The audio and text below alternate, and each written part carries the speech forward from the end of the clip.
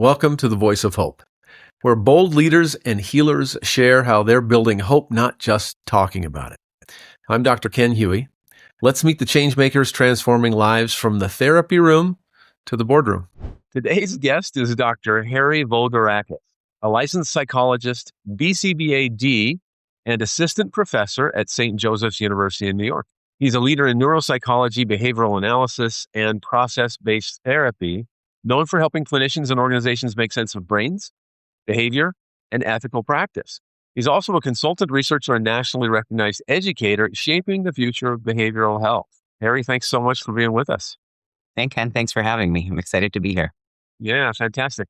And we'll have you, so not all of our listeners will know some of the acronyms, so I'll have you tell us what those are and stuff as we go along and just kind of discuss. So you've been pulled into an intersection of neuropsychology and behavior analysis.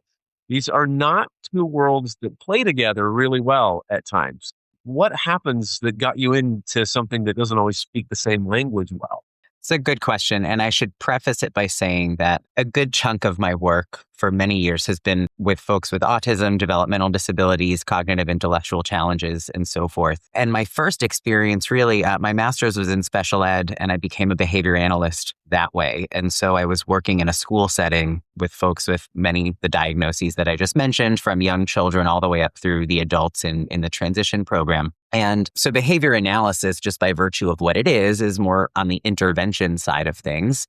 Neuropsychology deals a lot with assessment. And so you definitely see neuropsychology principles applied in rehab settings and so forth. But by and large, as a profession, neuropsychology deals with assessment and diagnosis. And so those two things, you're right, often don't communicate or happen in the same place sometimes, especially with children.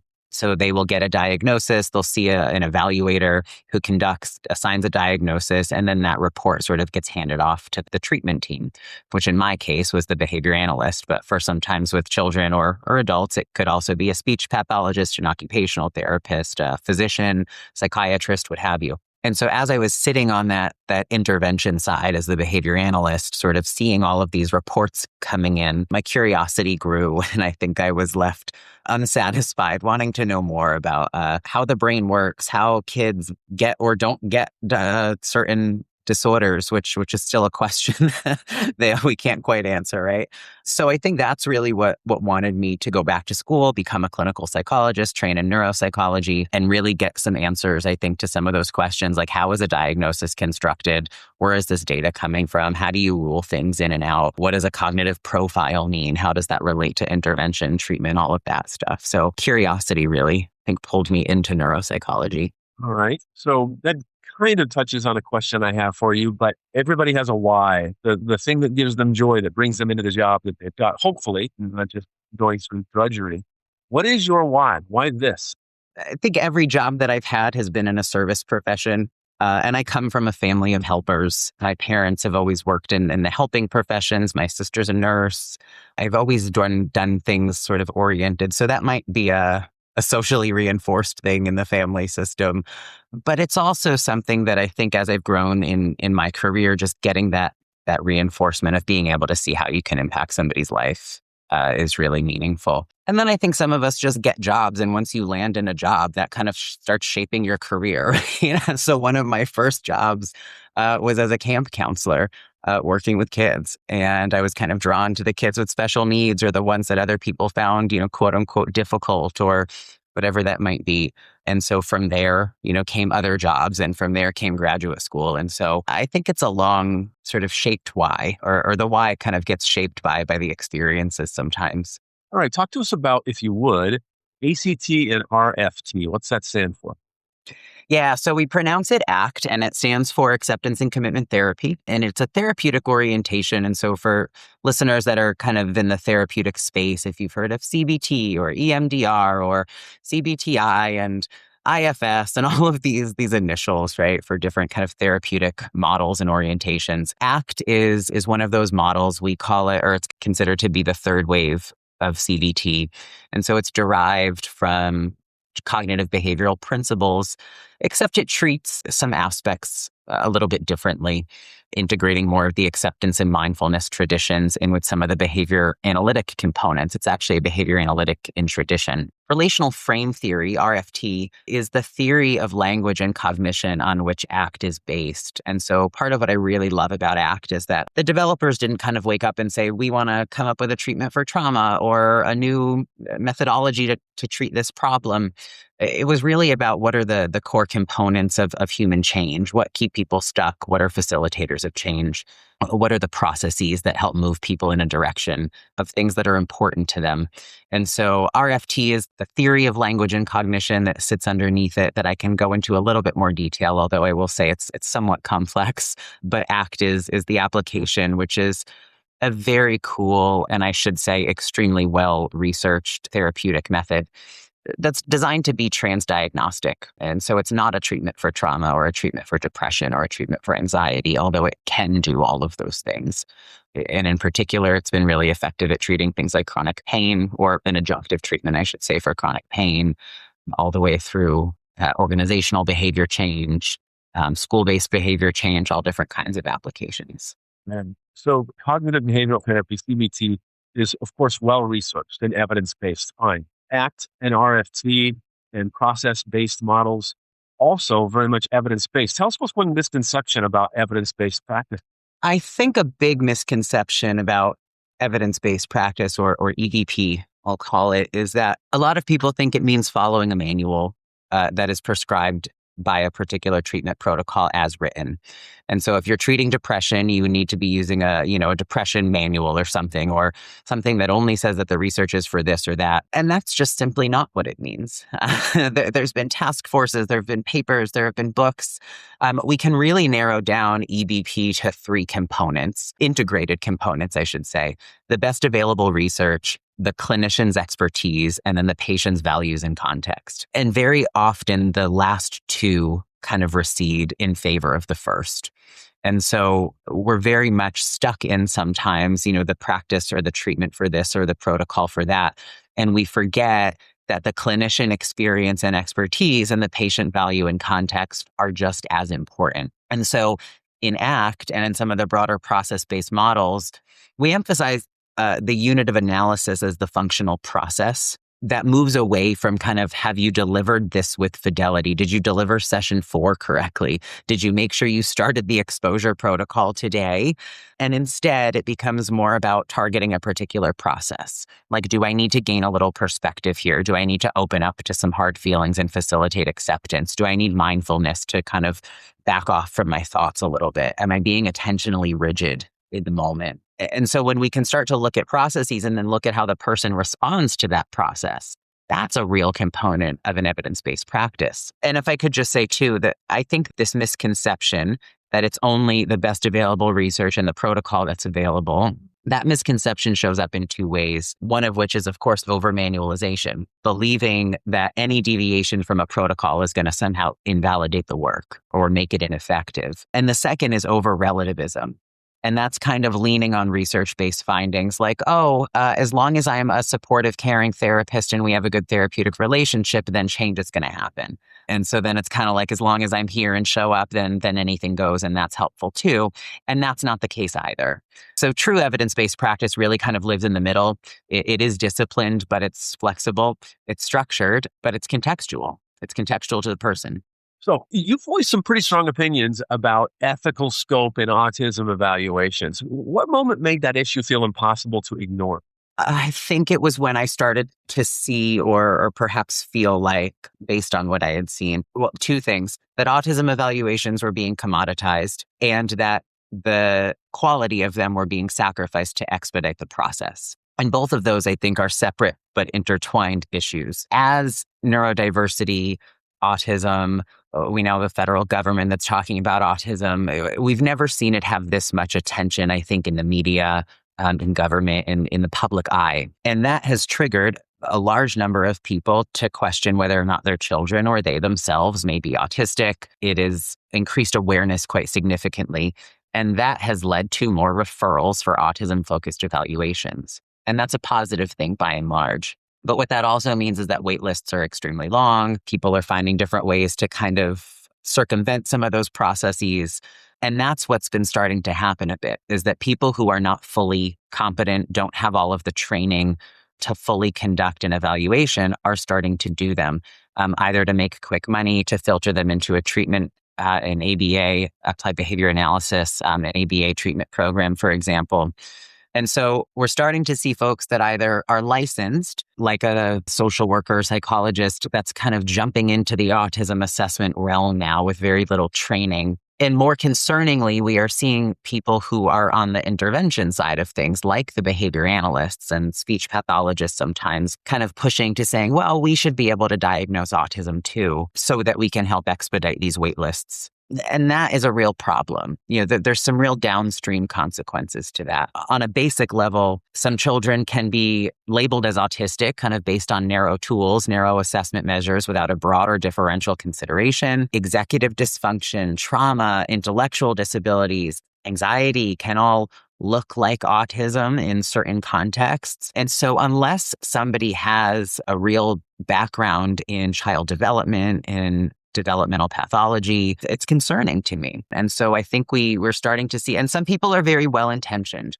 Let me go take this weekend workshop so that I can give this autism measure, and now I can help get this child into services faster, because we do have really long wait lists. So I'm certainly not saying that, everybody's just out here trying to make a quick buck and, shortcut things. I do think some people are very well-intentioned, and yet there are still consequences that we're seeing. Yeah. What's the link between vaccines and autism?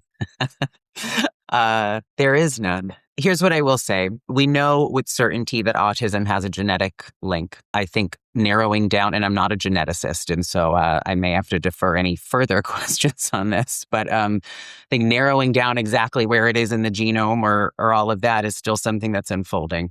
We do know that it is genetic, and we do know that it's a gene-environment interaction. And so I think there are a number of studies out there that have shown correlation between environmental factors and autism in certain groups of people, different places, things like that. None of those correlational studies are enough to give us a causal factor. And so I think the best that I can say is that there are probably a number of environmental factors that might trigger a genetic predisposition to autism. I do not think that vaccines are one of them. Fantastic. Thank you. Curveball, off script. I would like to, I want to promote that anywhere I can. It's like, can we stop with the madness? But okay.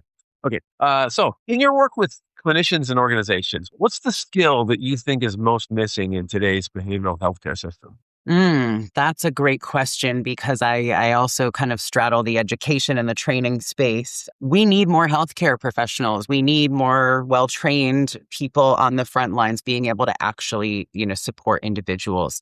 What that means, though, sometimes is that we're looking at accelerated training programs and all different models. And what I have found, unfortunately, that I think sometimes then gets lost in that process is formulation. Not necessarily technique, it's not even knowledge, but I do find that sometimes today's workforce, especially on kind of the therapy side and in the mental health space in general, is being able to really construct a coherent, functional formulation that integrates things like data, context, mechanisms, the person's culture, their history. I see clinicians who can, administer tests flawlessly. They can follow protocols and do great kinds of things. But I really think there's value to kind of rewinding to our graduate school days and sitting and kind of writing up a quick analysis of what are the symptoms, what is the diagnosis, but more importantly, how is this person's life, context, behavior, environment maintaining this kind of system? And that work,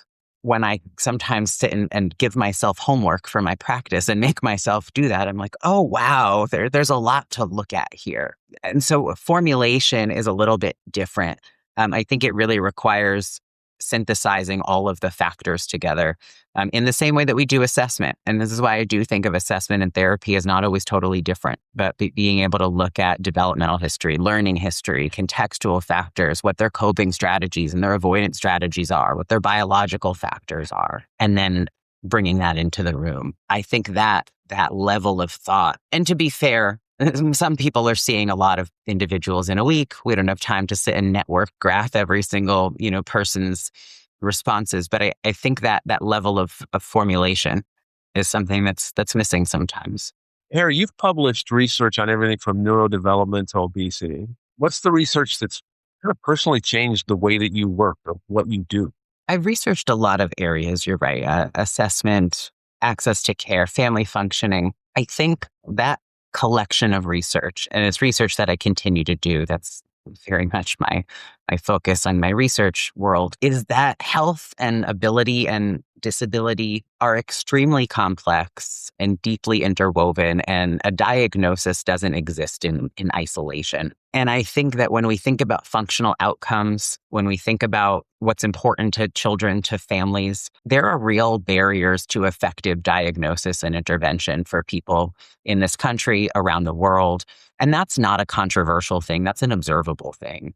Depending on where you live, depending on financial status and so forth, there might not be a specialized children's center for several hundred miles from you. Whereas we have other people in locations that, can come 15 minutes up a subway or something. Families are trying to navigate layers of insurance, school systems, specialists, all kinds of policy. They need to figure out the difference between a psychologist and a psychiatrist and a pediatrician and a behavioral developmental pediatrician. And there's so many things that go into this. And all of those contextual factors get piled up, but they don't get looked at when the person walks into the room and you have to start assessing and diagnosing and treating. And when that happens, you don't realize that access has already been delayed. It's already been fragmented. And so there's a whole bunch of things that you need to then kind of work through. So I think the finding that really changed me as a researcher, as a clinician, it's not something that's static, but it's kind of more of a recognition that context is so important here. I think we really need to push more research, policy, and practice that helps make basic access for everybody something that we can work toward, but especially for young people. What's the biggest shift happening right now in behavioral science that practitioners just aren't ready for? Well, I'm very much in the act and the process-based space, so this might kind of be a little bit of my bias here, but I will say even in the CBT research, in the integration and psychotherapy research, we are quietly rethinking, and I think asking important questions about how much of the human condition we've medicalized. I don't think it's a secret to anybody that lots of people end up in various layers of mental health care following the death of somebody, for example. Chronic grief after a profound loss is a human experience. But again, given context, history, environment, that's going to impact people differently. And if you can't go back to work in 3 weeks or 2 weeks or sometimes less than that, then there's problems. If you can't get out of bed, then all of a sudden you meet criteria for all of these different things. And that, I think, is something that we need to think a lot more about. I'm not saying that person doesn't then need help or support, and it's not that treatment isn't then valuable, but I do think we're thinking more about how we diagnose people, what we consider pathology. And again, can we kind of get out of this categorical manualized treatment and start thinking more about precision a little bit? How is this person constricted? What's amplifying it? Where can they expand? That's what I think is important on the treatment side of things that we're starting to hear more about. Harry, you're a scientist, and I'm betting that you've had a belief earlier on in your career that your work is disproved. Give us an example of that. I don't know that it's maybe a whole belief. Well, maybe it is. I think so. I'll give you a principle, actually, or it's really more of an implementation thing. Early in my training, so in behavior analysis, we talk about extinction. Extinction was often presented as like the most universal solution to a problem behavior. And so when you identify the reinforcing factor, what keeps that behavior going? Why does this person keep doing this? And then you try to remove that and the behavior will stop. And so if you keep ringing a bell and every time you ring the bell, somebody opens the door, you get candy, whatever it is, and then all of a sudden you keep ringing the bell and you're not getting anything anymore, you're eventually going to stop ringing the bell, right? That's kind of a really basic example. But first, if you go every day and you ring the bell and something happens that you like, and then all of a sudden nothing happens, you're probably going to ring the bell a couple more times, right? Like, hey, did you hear me in there? And then you might even come back the next day and check again and ring that bell a few more times. And you might even try a third day, depending on how rigid or how stuck you might be. And some people might keep going back longer and longer. And when we work with children, we see that that's called an extinction burst. And we see that happen too. So when we implement extinction with children, sometimes the behavior gets a whole lot worse before it gets better. And so I learned really quickly that things are rarely as simple as identify the reinforcer and remove it, because behavior doesn't occur in a vacuum. And extinction procedures can produce a lot of escalation and unintended consequences. So my research, my clinical work, this kind of gathering of data over the years has really taught me that behavior changes is rarely about one particular thing. And I know that's kind of becoming a theme in some of these questions, but looking at humans in context and as part of a bigger network, just because you can manipulate one part, it doesn't mean that that's always going to be what you should do or the most effective. And so I know I kind of got a little bit lost off of your question here, but I think one of the earliest beliefs, I guess, that I held was kind of stick in behavioral principle, identify, follow this kind of specific sequence. And I think kind of where we started, the whole idea of EBPs, right? Is that's not always good evidence-based practice. So Harry, you've earned a lot of awards for leadership and mentorship. What's a piece of advice you give your students most often? If you want it, chase it. Put yourself out there, create opportunities and go after them. Apply for things you're not sure you're ready for. Put yourselves in rooms that you're not quite sure you deserve to be in yet. But that's all right, because every day is a new opportunity to grow. I think you never know how one handshake, one email, one conversation can change the trajectory of your career, of your life. Most doors aren't going to open because you're ready. They're going to open because you showed up, because you knocked, sometimes twice. And I think if you want to move into a career, especially into academic spaces in research, there's a lot of very tall walls sometimes that you can't quite see around. So make yourself known, put yourself out there, try to create opportunities and go get them. Man, Harry, that is just gold. I appreciate that as a kind of final thought. So if people want to know more about the work that you're doing or find out more about you, Harry, where should they go? Yeah, if they want to hear more about my research and some of my trainings, they can go to drharryv.com. That's DRHARRY, V like Victor.com. If people are located in New York and they're interested in psychological services, they can visit my practice. It's hmvpsych.com. That's hmvpsych.com. Fantastic. Dr. Harry Voulgarakis, you have got a wide and deep background in the research and in the science. It's really very fun to talk to you. Thanks so much. Thanks for joining us on The Voice of Hope. If you were inspired, share the light. And remember, hope's not just a feeling, it's a force. We'll see you next time.